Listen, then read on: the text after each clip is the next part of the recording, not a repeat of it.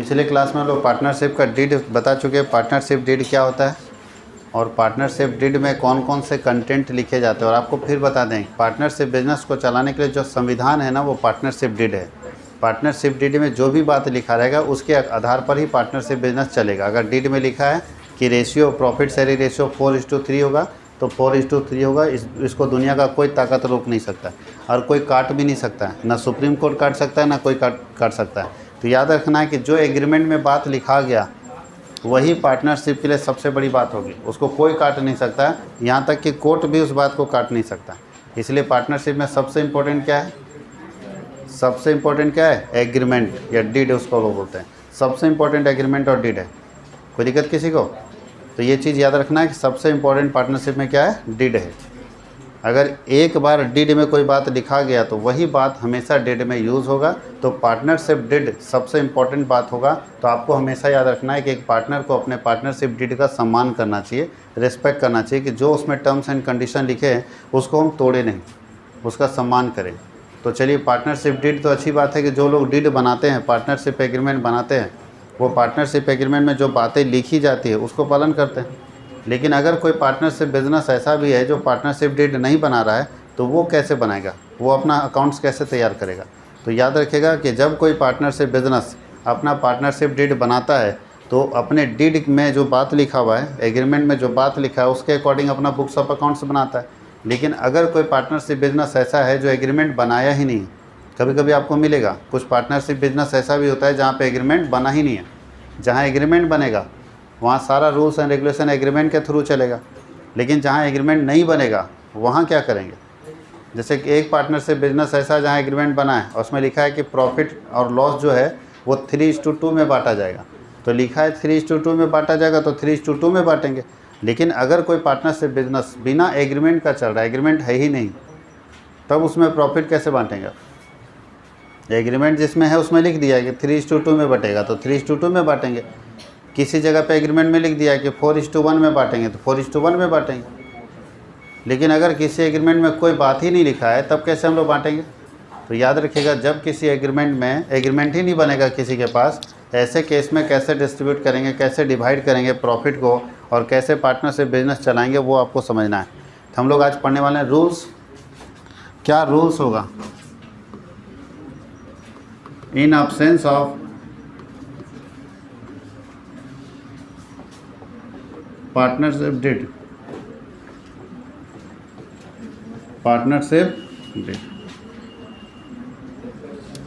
साझेदारी संलेख के अभाव में लागू होने वाले नियम। कौन कौन से ऐसे रूल्स हैं जो पार्टनरशिप डीड नहीं बनने पर लागू होगा?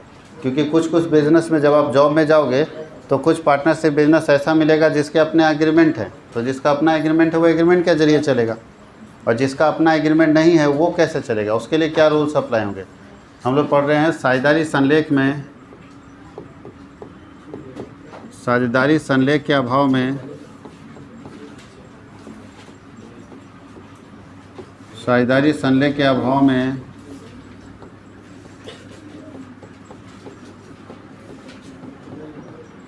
लागू होने वाले नियम। कौन कौन से ऐसे नियम हैं जो साझेदारी संलेख के अभाव में लागू होंगे? यानी पार्टनरशिप डीड अगर नहीं बनेगा तो कौन कौन सा एग्रीमेंट, कौन कौन सा रूल्स लगेगा? बताइए। एग्रीमेंट बनाया ही नहीं कोई। एग्रीमेंट बनाएगा तो जो एग्रीमेंट में बात लिखा है वो लगेगा। लेकिन अगर कोई एग्रीमेंट नहीं बनाया तब उसके यहाँ कौन सा रूल लगेगा? बताइए। सबसे पहले ध्यान दीजिएगा, यही सबसे ज़्यादा तंग करेगा आपको, क्योंकि एग्रीमेंट बन गया तो जो एग्रीमेंट में बात लिखा है वो लगेगा। लेकिन अगर एग्रीमेंट नहीं बना है तब क्या करेंगे? जैसे एग्रीमेंट बना है, उसमें लिखा है किसी को सैलरी मिलेगा 40,000, तो मिलेगा। तो हर अकाउंटेंट कन्फर्म है किसी को 40,000 सैलरी मिलेगा। लेकिन बताइए किसी के बीच में कोई एग्रीमेंट ही नहीं है, तब क्या करोगे? सी को सैलरी दोगे या नहीं दोगे?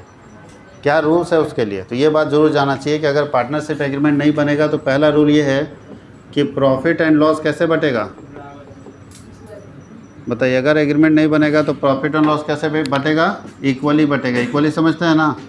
बराबर बराबर बटेगा। अगर एग्रीमेंट नहीं बनेगा तो प्रॉफिट और लॉस कैसे बटेगा? इक्वली बटेगा। समान समझते हैं? अगर पार्टनर अपना एग्रीमेंट नहीं बनाता है तो उनके बीच में जो प्रॉफिट या लॉस होगा उसको बराबर बराबर बांटा जाएगा सारे पार्टनर्स में। अब जैसे 3 पार्टनर है, एक्स वाई जेड, और तीनों ने अपना एग्रीमेंट नहीं बनाया, तो जो प्रॉफिट या लॉस होगा वो तीनों में कैसे बटेगा? बराबर बटेगा। बात समझ गए? कोई दिक्कत किसी को? 4 पार्टनर है, एग्रीमेंट नहीं बनाया तो बराबर बटेगा। अच्छा, अगर मान लो कोई पूंजी लगाया 10 लाख, एक पार्टनर लगाया 10 लाख और दूसरा पार्टनर लगाया 2 लाख। पहला कितना लगाया? 10 और दूसरा 2 लाख, तो क्या प्रॉफिट बराबर बटेगा? और एग्रीमेंट नहीं बनाया, क्या करना चाहिए बताओ? जज साहब बताइए, फैसला कीजिए साहब। एक लगाया 10 लाख और दूसरा लगाया 2 लाख और एग्रीमेंट नहीं बनाया, प्रॉफिट कैसे बांटना चाहिए? इक्वल बटेगा या नहीं बटेगा? सब इमोशनल हो गया ये लोग। इक्वल बटेगा सर, कानून कहता है कि आप अगर एग्रीमेंट नहीं बनाएंगे तो पूंजी कुछ भी रहेगा, बराबर प्रॉफिट बटेगा। एक लगाया 10 लाख और एक लगाया 1 रुपया, फिर भी लाभ बटेगा बराबर। इमोशनल नहीं होना है, कानून में इमोशनल है। जज साहब सोचने लगेंगे यार ये बर्बाद हो गया है, 10 लाख लगा दिया, यार बहुत तेज़ आदमी है, 1 रुपया लगा के बराबर ले रहा है। ऐसा कुछ नहीं सोचना है। अगर 1 रुपया आप लगा रहे थे वो तो होशियार था, और जो 10 लाख लगा रहा था वो बेवकूफ़ था। उसको एग्रीमेंट देख लेना चाहिए ना कि हम अकेले इतना पैसा लगा रहे हैं, सामने वाला कम लगा रहा है, तो हमको एग्रीमेंट बनवा लेना चाहिए। आप अगर एग्रीमेंट नहीं बनाएंगे तो रूल्स लगेगा इक्वल, याद रहेगा।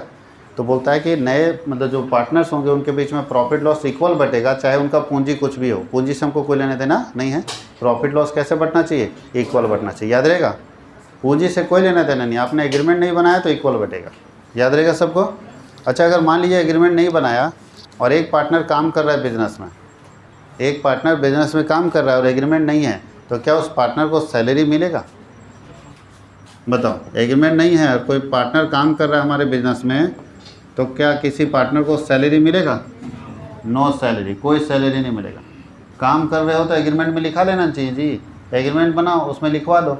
अब तुम एग्रीमेंट नहीं बनाएगा तो तुमको सैलरी कहाँ से होगा? No salary and commission, commission भी नहीं मिलेगा भैया।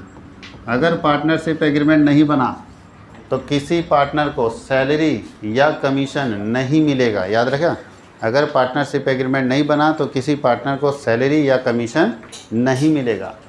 तीसरा, इंटरेस्ट ऑन कैपिटल मिलेगा अगर पार्टनरशिप एग्रीमेंट नहीं बना तो बोलता है नो इंटरेस्ट ऑन कैपिटल। अब इसका हिंदी लिखने की जरूरत है क्या? इंटरेस्ट ऑन कैपिटल का मतलब क्या होता है? पूंजी पर ब्याज। और सैलरी और कमीशन का मतलब होता है वेतन और कमीशन नहीं दिया जाएगा, लाभ हानि बराबर बांटा जाएगा, और इंटरेस्ट ऑन कैपिटल नहीं देंगे, एंड इंटरेस्ट ऑन ड्राइंग भी नहीं लेंगे। इंटरेस्ट ऑन ड्राइंग, ना इंटरेस्ट ऑन कैपिटल लगेगा और ना ही इंटरेस्ट ऑन ड्राइंग्स लगेगा। याद रहेगा कि अगर पार्टनरशिप बिजनेस में एग्रीमेंट नहीं बनेगा तो पहला रूल्स क्या है कि प्रॉफिट लॉस कैसे बटेगा? इक्वल बटेगा। दूसरा है कि सैलरी नहीं मिलेगा, कमीशन नहीं मिलेगा, इंटरेस्ट ऑन कैपिटल नहीं मिलेगा, इंटरेस्ट ऑन ड्राइंग नहीं मिलेगा। कोई दिक्कत है? कोई तकलीफ? अच्छा, कोई नया पार्टनर एडमिट होगा अगर हम एग्रीमेंट नहीं बनाएंगे तो? एग्रीमेंट नहीं बनाया, किसी नए पार्टनर को लाना चाहते हैं, ला सकते हैं।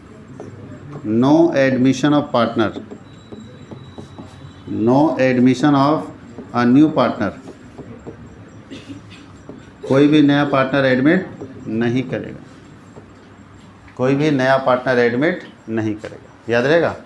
अगर एग्रीमेंट नहीं बनाओगे तो नया पार्टनर भी एडमिट नहीं करेगा। देख लो कितना तकलीफ है एग्रीमेंट नहीं बनाने का। और इसके अलावा ये और साइड इफेक्ट है एग्रीमेंट नहीं बनाने का, मालूम है कि नहीं? एग्रीमेंट नहीं बनाओगे तो मारपीट होता है ज़बरदस्त, कि तुम बोला था, बोलता हम नहीं बोले थे, और तू मैं हुआ तो दोनों का सर फट गया। तो एक और साइड इफेक्ट है कि दोनों के सर में पट्टी नज़र आएगा आपको।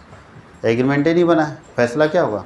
जिसके पास जाओगे फैसला नहीं कर पाएगा, क्योंकि लिखोगे तब ना फैसला करेगा। अब तुम्हारे बीच में क्या बात हुआ हो कुछ रहता है, लेकिन लिखा रहेगा तो फैसला कर सकता है ना कि भाई तुम ये बात लिखे हो तो तुमको मानना पड़ेगा। एक ही चीज़ मिलेगा, एक चीज़ यहाँ पे मिलेगा, उसका नाम है इंटरेस्ट ऑन पार्टनर्स लोन। अगर पार्टनर अपने बिजनेस को लोन देता है, पार्टनर अगर अपने बिजनेस को लोन देता है तो उसके ऊपर 6% ब्याज मिलेगा। कितना परसेंट? 6%, एग्रीमेंट बने या ना।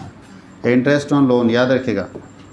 अगर पार्टनर अपने ही बिजनेस को लोन देता है तो उसके ऊपर उसे 6% क्या मिलेगा? ब्याज मिलेगा। अगर एग्रीमेंट नहीं बनाए तो, एग्रीमेंट नहीं बनाए तो कितना परसेंट मिलेगा? 6%। और एग्रीमेंट बना रहेगा तो तो जो एग्रीमेंट में लिखा रहेगा वो मिलेगा। अगर एग्रीमेंट बना हुआ उसमें लिखा है कि इंटरेस्ट ऑन लोन 8% देंगे तो 8% देंगे, लेकिन अगर एग्रीमेंट नहीं बना तो कितना परसेंट आगे पूछेंगे क्वेश्चन बनाते समय। सबसे ज़्यादा तंग यही करता है।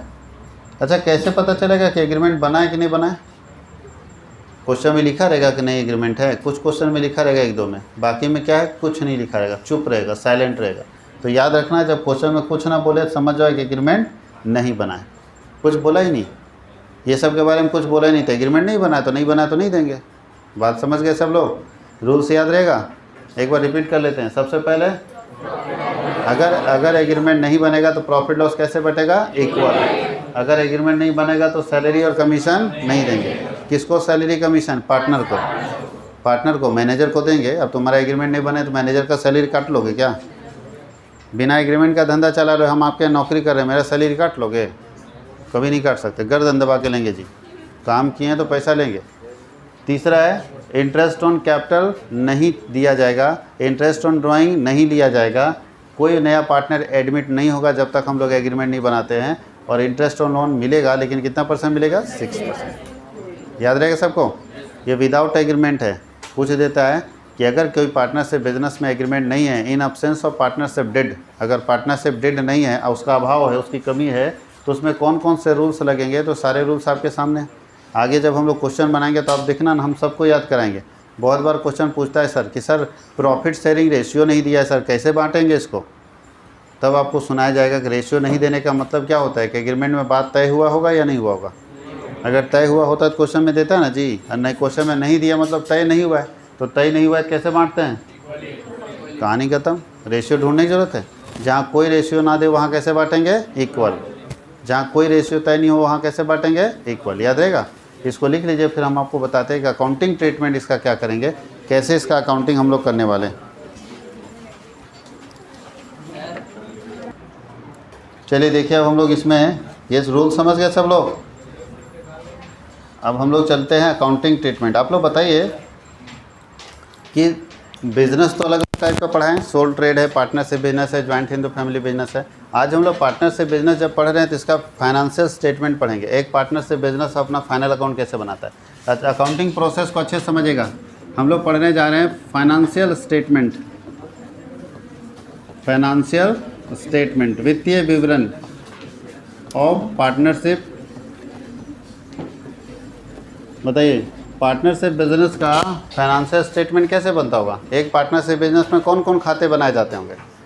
जैसे हम लोग सोल ट्रेड पढ़ते थे तो उसके फाइनेंशियल स्टेटमेंट 3 होते थे, trading account, PL account, balance sheet.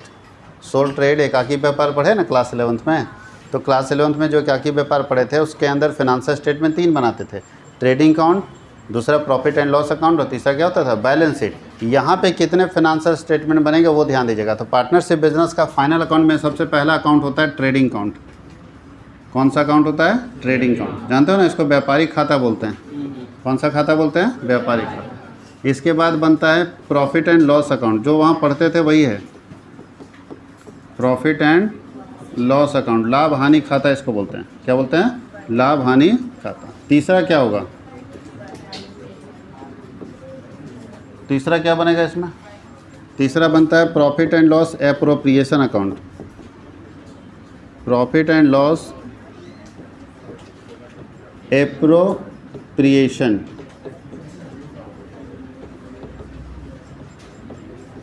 Profit and loss appropriation account.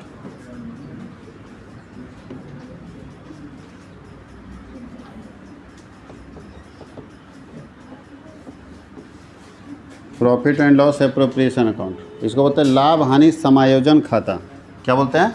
लाभ हानि समायोजन खाता, या लाभ हानि विनियोजन खाता भी बोलते हैं। लाभ हानि विनियोजन खाता, याद रहेगा? लाभ हानि विनियोजन खाता। Profit and loss appropriation account बनता है, जो नया है, आप अभी तक नहीं सीखे हो। इसके बाद बनता है बाबू partners capital account. Partners capital account. एक पार्टनर्स कैपिटल को हिंदी में क्या बोलते हैं? साझेदार पूंजी खाता। क्या बोलते हैं? साझेदार पूंजी खाता। और पार्टनर्स कैपिटल के बाद हम लोगों को बनाना पड़ता है बैलेंस शीट।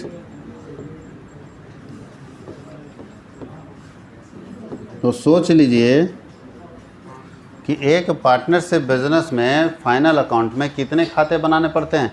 5। कितने खाते बनाने पड़ते हैं? 5। अच्छे समझिएगा। 11th का बेस लेके चलें, 12th में इंटर कर देंगे हम। बेस 11th का है और पहुंचा कहाँ देंगे? 12th में। बोल रहा है कि एक पार्टनरशिप बिजनेस का अगर फाइनल अकाउंट की बात करें, ठीक है, तो 5 खाते बनते हैं। पहला खाता कौन सा? ट्रेडिंग। दूसरा खाता कौन सा? Profit and loss. तीसरा खाता कौन सा? Profit and loss appropriation. चौथा खाता कौन सा? Partners capital. और 5वां खाता कौन सा? पार्टनरशिप। किसी को दिक्कत है? अब एक बात ध्यान दीजिएगा यहाँ सारे बच्चे, कि हम लोग ट्रेडिंग अकाउंट फर्स्ट ईयर में पढ़ चुके थे ना। तो ट्रेडिंग अकाउंट का पर्पस क्या होता था? ट्रेडिंग अकाउंट का पर्पस होता था to find out gross profit और gross loss of a business. किसी बिजनेस का सकल लाभ ग्रॉस प्रॉफिट या सकल हानि ग्रॉस लॉस ज्ञात करना, ही ना था कि ग्रॉस प्रॉफिट और ग्रॉस लॉस किसी बिजनेस का कैसे निकालेंगे। तो ग्रॉस प्रॉफिट ग्रॉस लॉस कहाँ से निकलता था? ट्रेडिंग अकाउंट से निकलता था। तो ट्रेडिंग से जो ग्रॉस प्रॉफिट ग्रॉस लॉस निकलता था वो कहाँ जाता था? पीएल में। याद कीजिए, पीएल शुरुआत करते थे ग्रॉस प्रॉफिट और ग्रॉस लॉस से। अब पीएल का पर्पस था नेट प्रॉफिट और नेट लॉस निकालना।